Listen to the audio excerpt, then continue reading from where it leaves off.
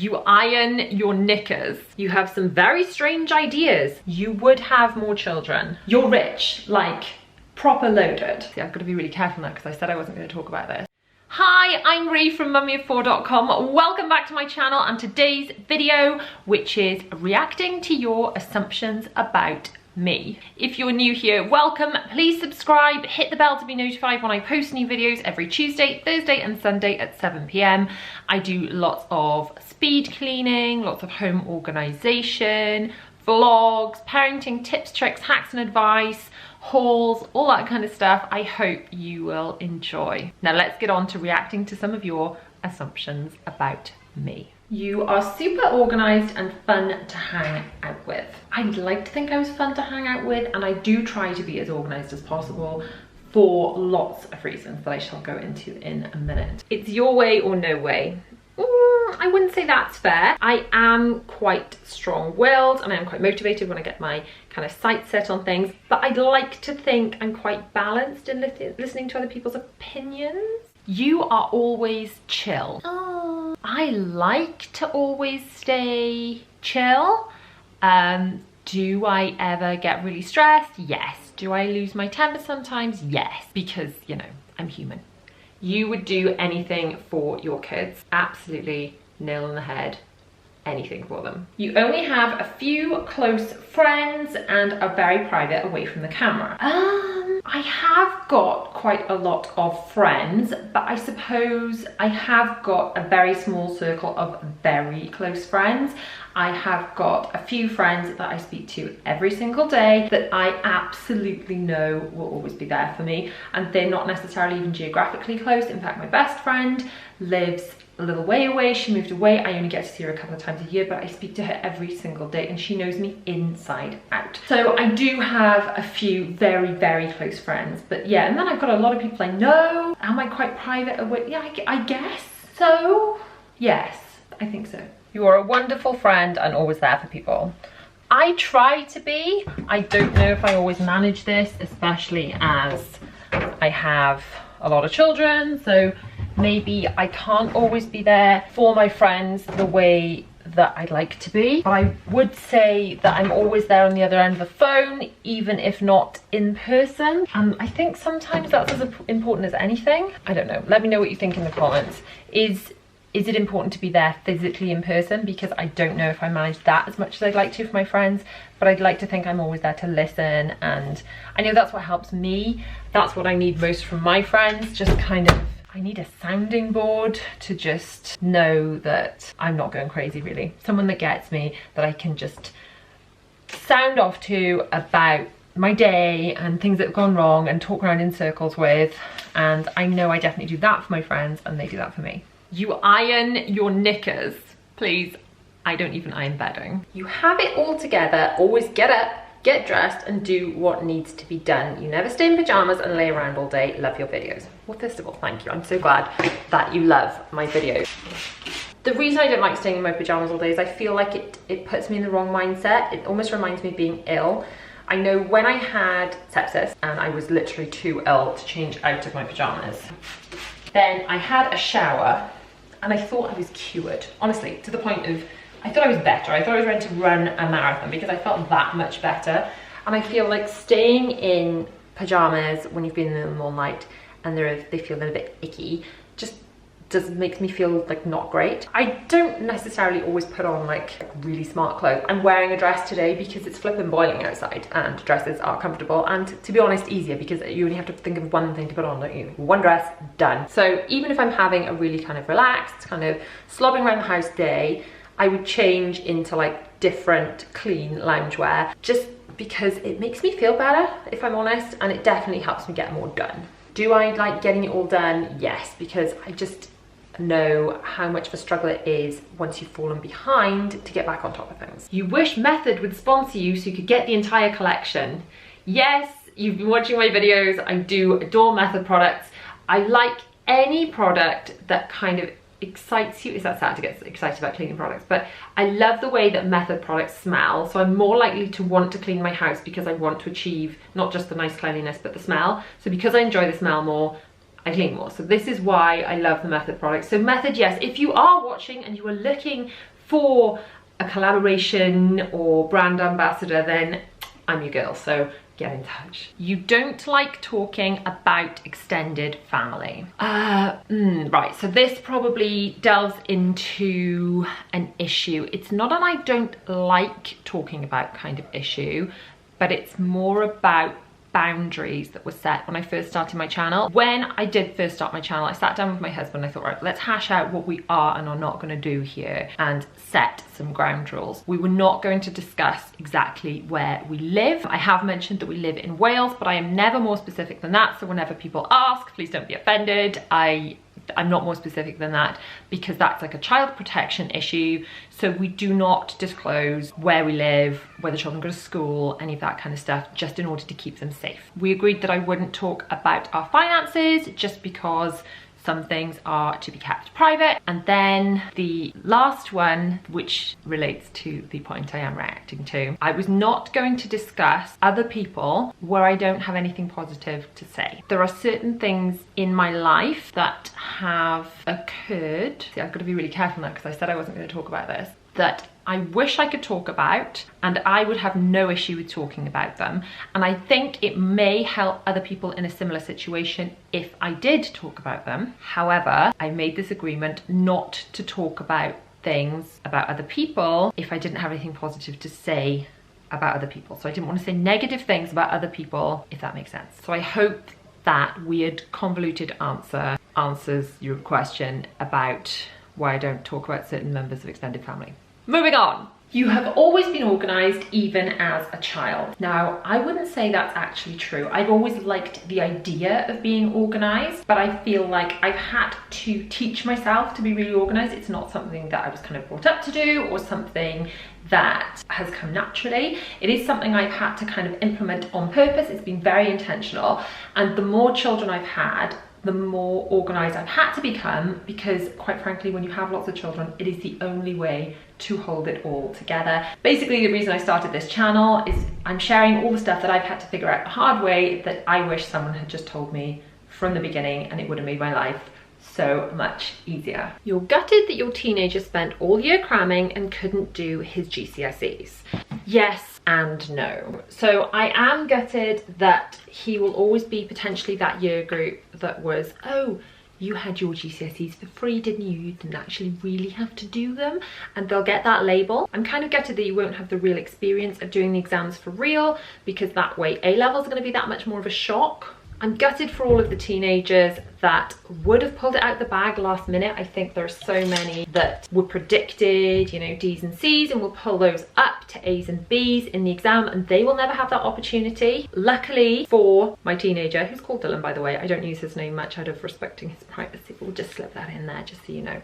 But luckily for Dylan, he was predicted A's and B's. So really, he's going to come out of this having done pretty well. So he could have gone into the exams and gambled it and maybe bumped them up to all A's, or he could have dragged his grades down. So from a grades point of view, I'm not gutted. The thing I'm most gutted for is they're not going to have the fanfare of leaving school. I'm gutted. That's just what makes me just want to cry, that they're not going to have like the last day of signing shirts and prom and the rite of passage stuff, you know, and that, I don't know, that just makes me really sad.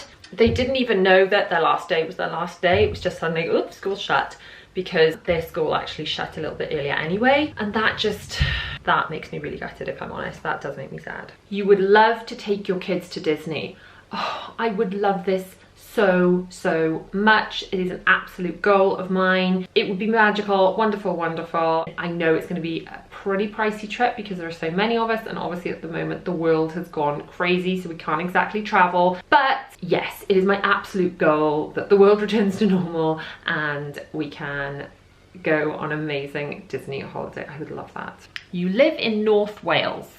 Well, like I said before, we do live in Wales, but I can't be more specific than that because of the reason that I just gave. Sorry. Your husband does not like being filmed. Yeah, I'd say that is probably about right.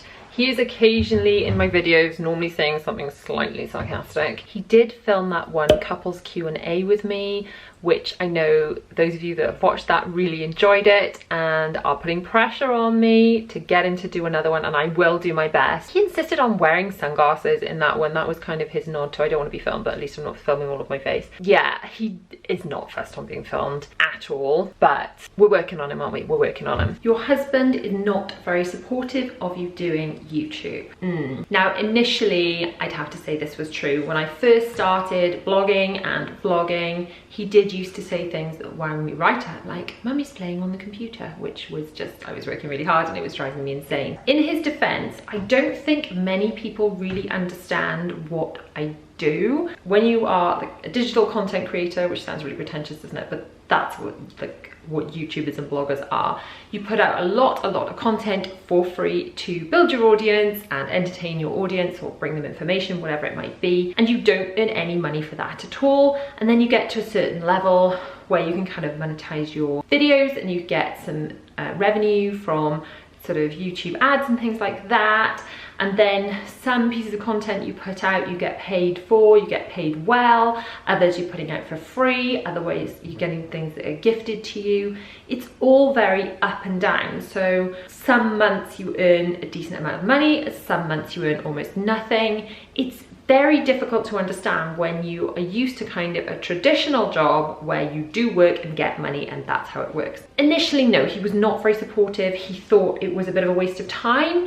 He didn't see how I could make money out of it, and most people, in fact, one of the questions I get most is, how on earth do you make money out of that? And if you want to see a video on that, then I can do a whole separate video on that. But he wasn't very supportive, but then as he saw that I was growing, that I was turning it not into a hobby but into my actual job, he has become a lot more supportive, and now he is, I would say, very supportive of me, which is fantastic and I'm very grateful for, because whether I should seek his approval or not, you shouldn't have to seek anyone's approval, should you? It is nice to know that the person that you love, the person you are in a relationship, in a marriage with, actually respects what you do. So yeah, I would say he's quite supportive now. You find it all so easy. Oh, I wish. I mean, all the systems and hacks and things I put in place definitely make it easier, and I don't think I could cope with having so many children and working from home and doing all the things without those kind of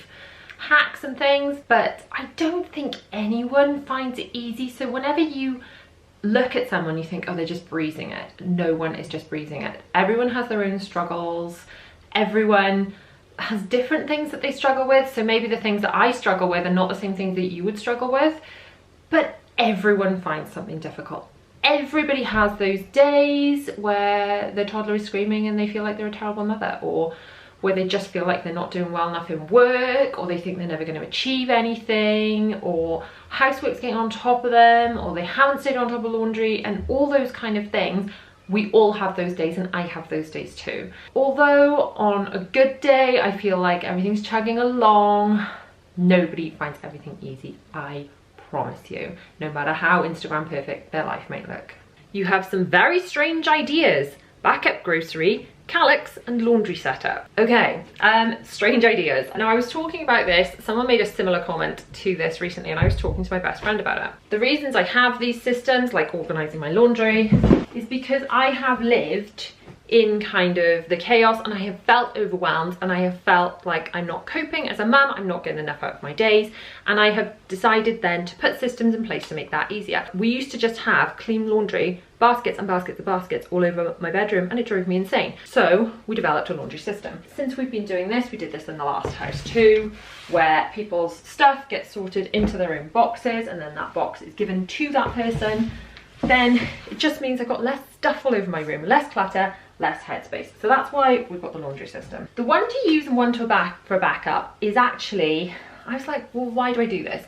I do it because I don't like running out of things, but there is another reason for this. Again, that my best friend pointed out and that I didn't pick up on, I guess. Basically, when children have autism, 2 of my children have autism, then sometimes they get very, very stressed out about things that other children, we don't say normal, we say neurotypical, other neurotypical children would not get stressed out about. Something like, I don't know, I was using the example of jam, I think. I said the thing is, if we ran out of jam and my children were expecting jam on a certain day or for a certain meal or a certain breakfast, they would get really stressed out by that. That's just something that as a neurotypical person, you might not be able to understand that. But changes in routine, changes to expectations can really, really stress you out. And when my second son, William, was very little, he went from eating a very varied diet to a very balanced diet, but a very rigid diet, to the point where we went to France and I had to take 10 meals frozen in our touring caravan that we had at the time, enough for him to eat, otherwise he wouldn't have eaten anything else, because he wouldn't eat food that was a different shape, different texture. So he used to eat this one pasta with all these vegetables in it meal every single day. I had to make it. It was quite stressful. So I think the one to use one from a backup thing has sort of come from me coping with and putting provisions in place for my children so that we avoid meltdowns and upset unnecessarily. I mean, it just makes life easier anyway, not running out of things. She was just saying, look, if my children run out of jam, they just have something else. Whereas jam, and it's a bad example because, you know, my children are not that hooked on jam, but if jam was their thing and jam was their jam and they had to have jam at a certain time because that was part of their routine that had developed, then it would really stress them out if they didn't have it. Whereas she reckons her children wouldn't be that bothered. So when you've got children that are on the spectrum, you have to kind of be more organised, implement these things to make sure that you're not having meltdowns over things that neurotypical people just wouldn't really be bothered by. The other reason, of course, to be organised and have backup groceries, and by backup groceries all I mean is I have one in the cupboard, and when I open the new one to put in the fridge, so say for example it's jam, so I've got one jam that's opened and one ready to open, and then when the one in the fridge is finished, we open the backup one and then we buy a new one. So even if you don't have children on the spectrum, if you have got a lot of children or a very busy life, it is very inconvenient to run out of things at the last minute. So I have these systems in place to avoid running out of things, and because you just never know when it's gonna snow so you can't get to the shops, or the children are gonna be ill so you can't get to the shops, or there's gonna be a pandemic so there's nothing in the shops. Having my kind of one to use one for backup system has really helped to kind of smooth over those slightly more difficult times. You're rich, like proper loaded. I wish. You never planned to have a big family. True. Each child was kind of planned, but it was not like, let's have millions of children. In fact, tell a lie, all of the children were planned up until Zara. The other children were planned to the point of having fertility treatment, and Zara was basically my miracle baby. I didn't think I could have children without fertility treatment, although it was a little bit of a shock. I would definitely say that she was more of a blessing than an accident, because apparently all it takes to fix fertility problems, specifically polycystic ovaries, is having 3 babies. And I know that is not much fun to be told if you're trying to have babies, but equally infertility is not contraception, people. You would have more children.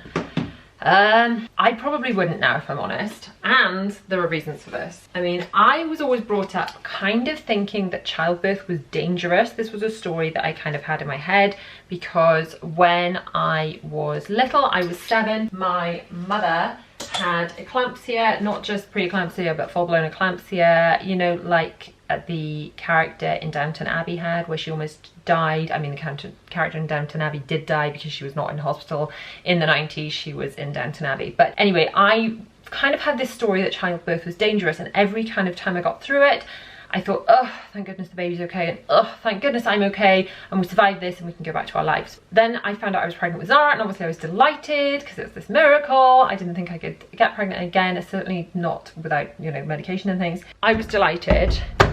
But then shortly after having her, I had sepsis, which was really, really, really scary. And I just thought, well, if we've survived this and we've got through it, then, you know, we're kind of done with having children. We kind of had to take it as like a bit of a warning. I know that having more babies wouldn't mean I had sepsis again, but I feel lucky for the ones I've got. I feel like we are now at capacity with our home and things, and we are now, for the first time in a long time, coming out of the baby stage again.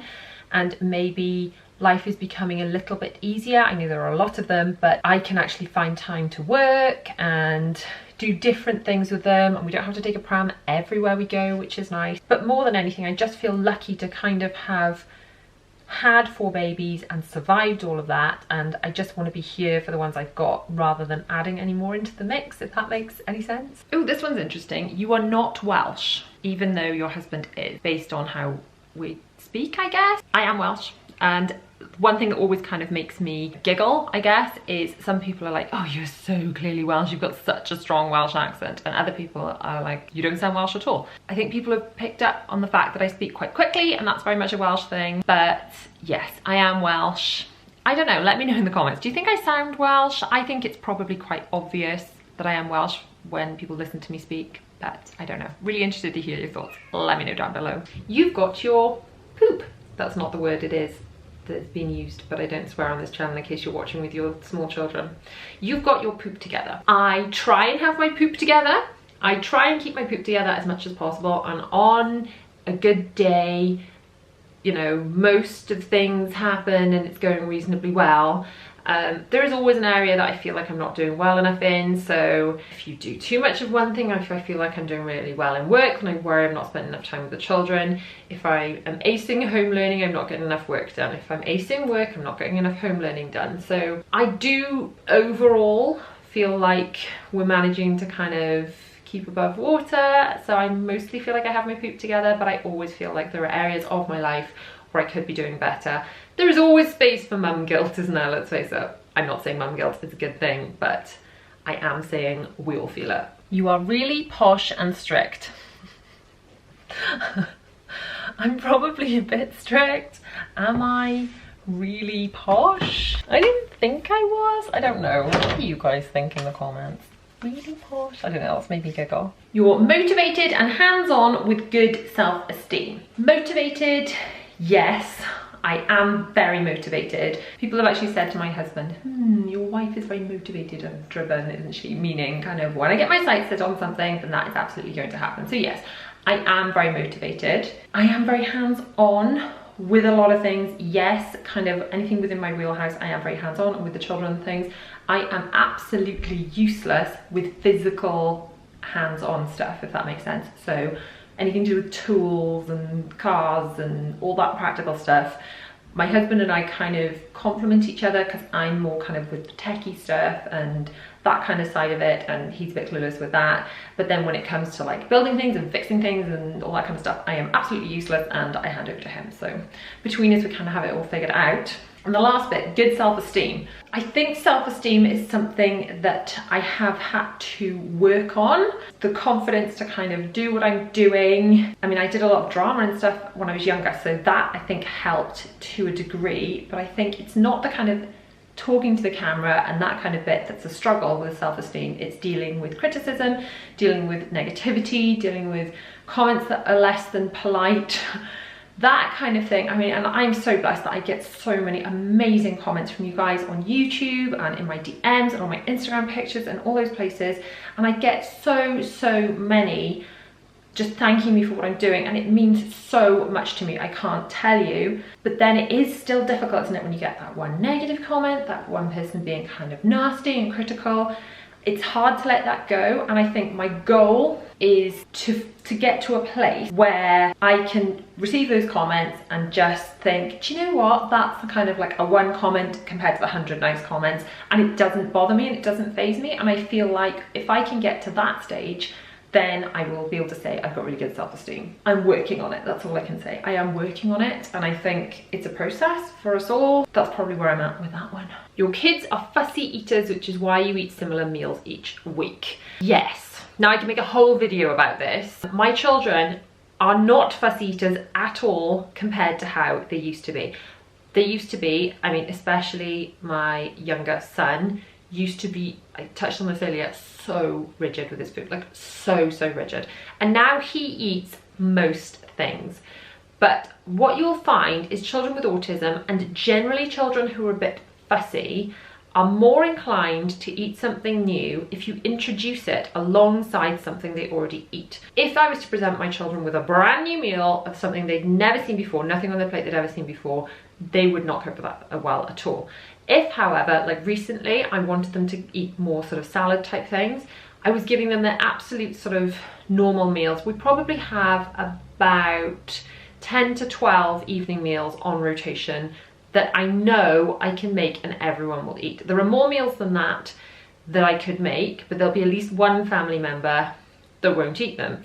And it is quite difficult then, because I don't want to cook lots of different meals every night. And there have been phases in my life where everyone's been so fussy, always cooking different meals, and that was really, really stressful. So we've got these sort of 10 to 12 that I know I can make, and they'll mostly eat with no whinging. But getting back to the salad, I've been introducing this sort of salad on the side or in the middle of the table, and rather than just putting it on my plate, which I always do, I tend to try and eat salad with every meal. It just bulks it out a bit more, gives you some goodness, and stops you filling up on everything else. So I put sort of spinach, carrot buttons, cucumber, and tomatoes and things in a salad bowl in the middle, and I'm finding the children, even my husband, who thinks that salad is just for rabbits, are grabbing some and putting it on their plate, and they're eating it now. So by doing that and being like, right, okay, let's introduce this food alongside something you're comfortable with, I know that everyone is going to eat, there's not going to be battles at the table, but I also know that they're likely to try things. If, however, I just went, we're having salad tonight, and didn't offer them something that they were familiar with, I know I would end up with battles and heels digging in and things. And while with neurotypical children, that may be a way that you choose to go, I was told categorically by my son's consultant around the time of his diagnosis, a healthy neurotypical child would not starve themselves, and they would eventually kind of cave in and eat what you gave them, whereas a child with autism would probably just starve. You went to private school? Nope, I did not. You never shout at your kids. Well, I try my best not to shout at my children, but do you know what? I am human, and sometimes I lose my rag and I shout at my children. You are tall. No. I am a vertically challenged 5'4", which is why I need a step to reach the top of those cupboards. I'm not tall. You hardly ever tell your children off and they don't annoy you. I wouldn't say they annoy me. I do have to tell them off, and I think that it's not necessarily a shouting thing, but just I have to parent them. And sometimes children don't like being parented. Sometimes I think it would be easier to be their friend than their mother, because it would. Yeah, do that, yeah, stay up late, yeah, eat cake for breakfast, whatever. That's easier because it would make me popular with them. But parenting them is not necessarily the easy option. It's not my job to be their friend. It's my job to love them and make sure they are happy. But it's not my job to do what they want to do, or to allow them to do what they want to do. It is my job to make sure that what is best for them, and that's what's happened. I do tell them off, certainly if they're bickering with each other or hitting each other or injuring each other, yes. But I think it's just a case of keeping them on track, and that's what parenting's about. Not like doing what is going to be most popular in their opinion, but doing what's best for them. You have childcare qualifications. I do not. No, I have just been to the school of life when it comes to children. You can't sit still for long. Like myself, we go, another fidget. I would like to be able to sit still for longer. I always feel like I've got stuff to be doing. I'm making like mental lists and things, and I know that just sitting and being and existing is something I should be better at doing. I think the biggest struggle I've ever found is when trying to do yoga or meditation or anything. I'm just like, oh, I've got things to do, things to move on to. So yeah, it is something I struggle with. Perhaps that's something I should get better at. Any top tips for just being able to just be a little bit more? Perhaps you should let me know in the comments, because that's something I'm not very good at. You had a job before YouTube. Yes, when I just had Dylan, just my eldest, and he was kind of in full-time school, I was working outside the home for another company doing their marketing. And then when we had kind of childcare issues, shall we say, I stopped working outside the home, and I was only working, like doing work for my husband's business or kind of on a self-employed business, so that I could be around for him. And then we had Will and Bella and Zara. So I haven't had a job where I have worked outside the home for another company that wasn't our business for a long time, because we've not had the kind of support childcare wise for me to be able to do that. And also because when you've got children with autism, they have additional needs. You can't just leave them with people that you may leave a neurotypical child with. So I feel like I have to be there for my children, which is why I've always done more sort of self-employed stuff. So yes, long-winded answer. I have had jobs before YouTube, but I was not doing a great deal just before I started because I didn't just have a baby. You and Daddy of 4 are equal parents, but you do most of the discipline. Probably I do most of the discipline, yes. Are we equal parents? I am the default parent, as in he used to go out and work full time and I was always with the children. So before I started all the YouTube thing, I was kind of home full time for a period and he was out at work. So I was doing most of the parenting and he was doing the earning the money. Now things have shifted a bit. Obviously during lockdown we are both here, but I would say if the children want something, they'll come and look for me, and that makes me the default parent. So let me know, who is the default parent in your house? Will your children walk past one parent to go and ask another parent that's probably taking a shower or something for something? Because that's what my children will do. You are lovely, friendly and wacky, so fun to hang around and not afraid to speak your mind. Lovely, well, thank you. That sounds very nice. And I would say I'm friendly. Am I wacky? Probably a little bit. Fun to hang around with. I hope so. I hope so. Not afraid to speak my mind. Not afraid to speak my mind. Yeah, that's probably about right. You are compulsively organised. Compulsively organised. I am always looking for ways to be more organised because I don't think you can ever be too organised, and it just allows for wiggle room, doesn't it? If you are kind of very organised and then something goes a little bit pear-shaped, it's not difficult to get back on track.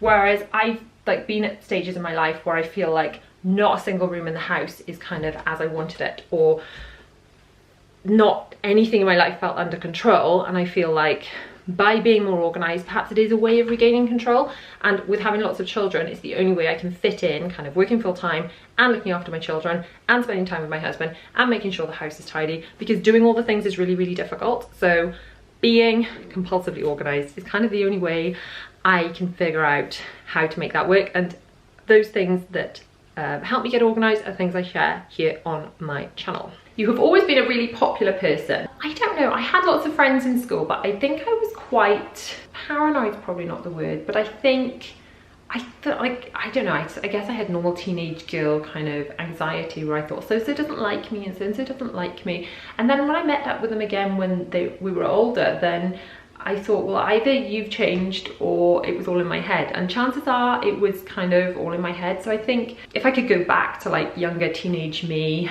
I'd say just stop worrying about who doesn't like you, because you're overthinking it and it's really not that big a deal.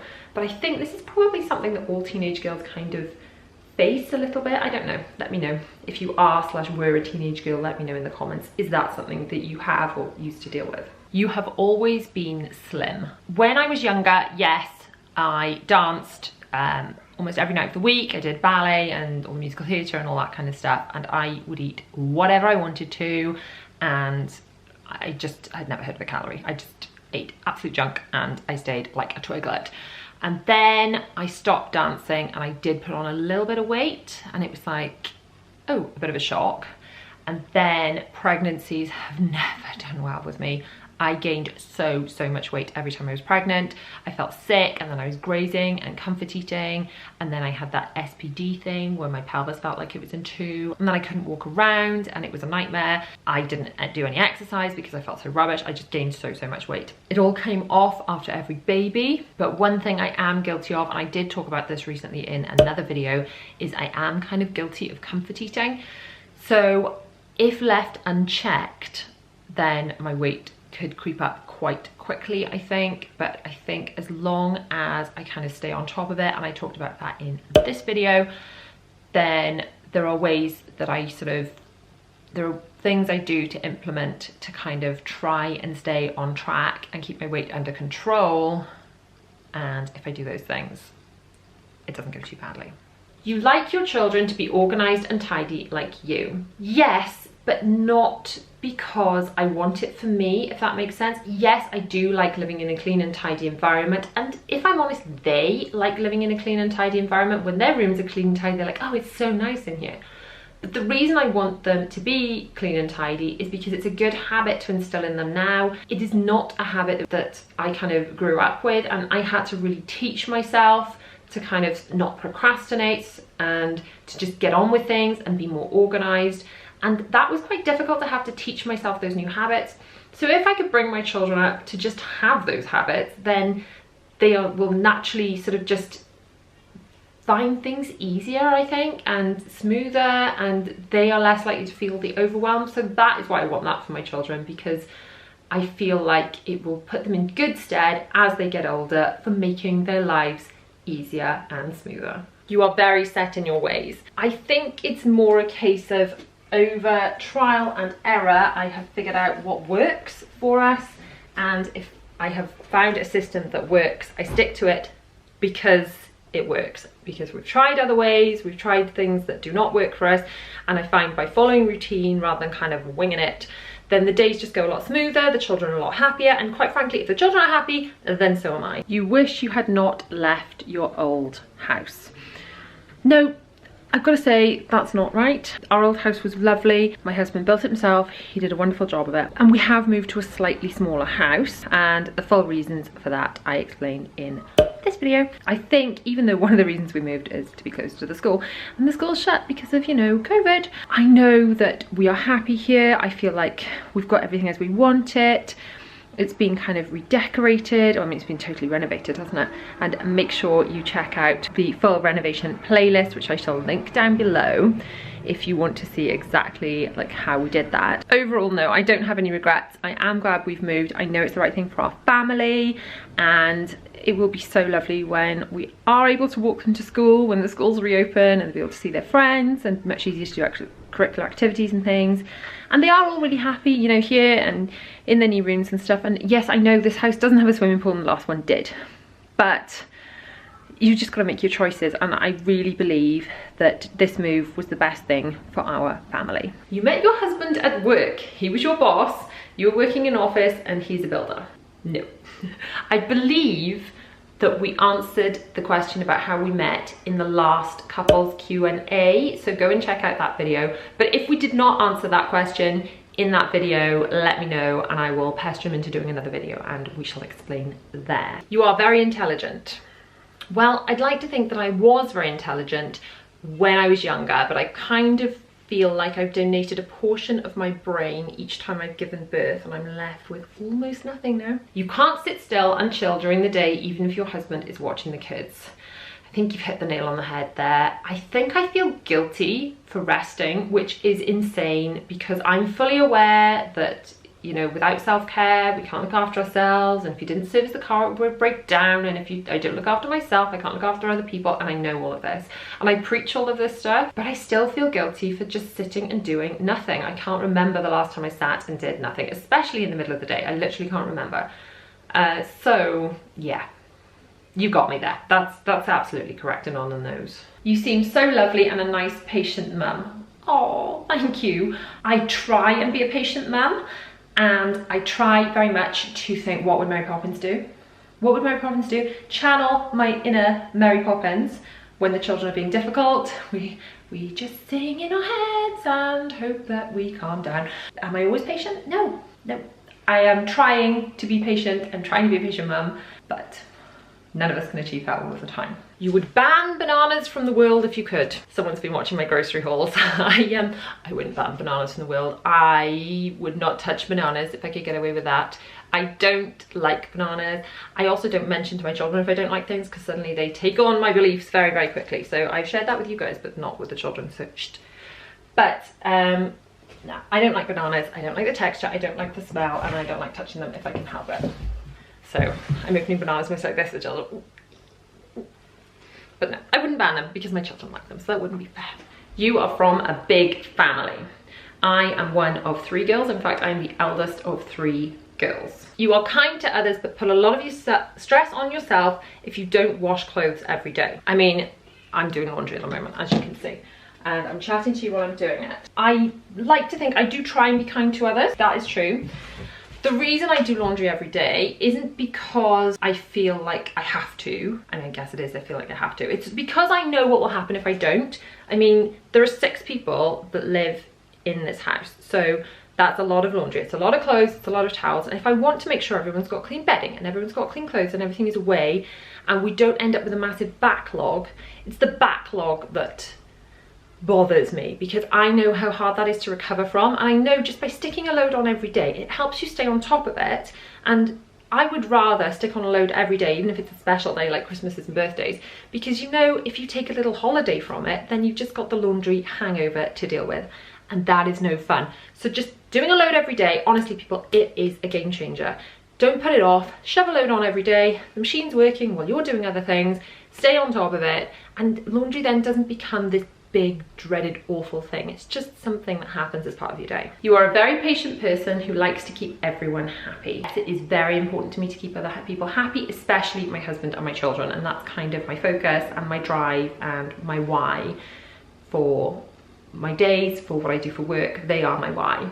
So anything I can do to keep them happy, and that's by providing for them, by being with them, by making sure I'm organized so I have the things that they want and need in the house, then keeping them happy is really important to me. You did very well at school, college, uni. I did do reasonably well. I wish that I'd knuckled down and worked harder.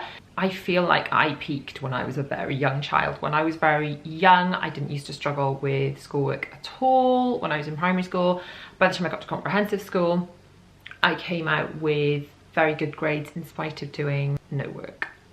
That's not what you want to hear, is it? Don't tell my children. What I do know is that if I had knuckled down and worked harder, then I could have done so much better, and I wish that I'd been made to do that, because I do not think it is children's responsibility for them to self-regulate at that age and to know what is expected of them and how important it is to knuckle down and do that work. So I don't think when you're a teenager you can self-regulate like that. I think that's something that kind of needs to be parented into you. So I really wish that I had been encouraged to fulfill my potential. I did pretty well there. I got A levels. I actually went to university a year early because I had enough UCAS points, because I did one of my A levels 2 years early and one of them 1 year early, so then I went to university early. I did a business studies degree with sort of specialization in marketing. I came out with a 2-2, which, you know, isn't too bad, but I really wish I'd knuckled down and done the work, which I did not do, because now I'll just never know my true potential. So I did okay, could have done a lot better. Knuckle down, people, don't waste it.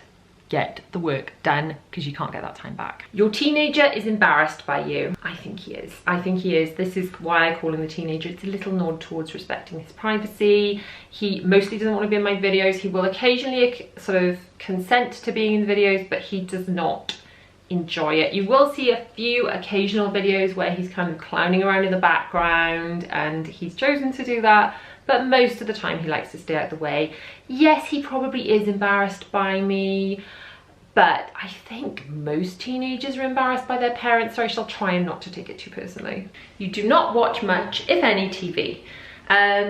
I do watch TV kind of as a treat. There are certain shows I really love watching. I love Grey's Anatomy, you know I love Grey's Anatomy, and a few shows like that, and I do sort of a few times a week make the time to go and sit and watch them. I also watch things on Netflix, because I've got kind of 2 categories of like stuff I do on the computer really. I've got the stuff I really have to focus on, so if I'm writing or editing and things like that, but then I've got the kind of more mindless stuff that sort of like when I'm doing graphic design and things, I need to be able to sort of looking at it and things, but I can be listening to a podcast or whatever. So I would have Netflix on like my iPad next to me if I'm doing that kind of stuff that is a little bit more creative but doesn't require my full kind of focus, if that makes any sense. So I do watch lots of shows and things then. You are bossing it as a mum and working parent. Well, thank you. That's really lovely to hear. If that's what you think, I think we all have our doubts about how well we're doing. I'm trying my best to boss it, so thank you. That's all I can say to that. That's very flattering. You would be an amazing friend. You seem so kind and sweet. I love the new house. It's gorgeous. Oh, thank you. My only reaction to that, thank you. Thank you so much for watching. If you have liked this video, please give it a massive thumbs up. Do not forget to subscribe. Hit the bell to be notified when I post new videos every Tuesday, Thursday and Sunday at 7 p.m. My latest video is just across here, and for more videos from my channel I think you may enjoy it, you can check them out down here. I'll see you guys soon. Mwah.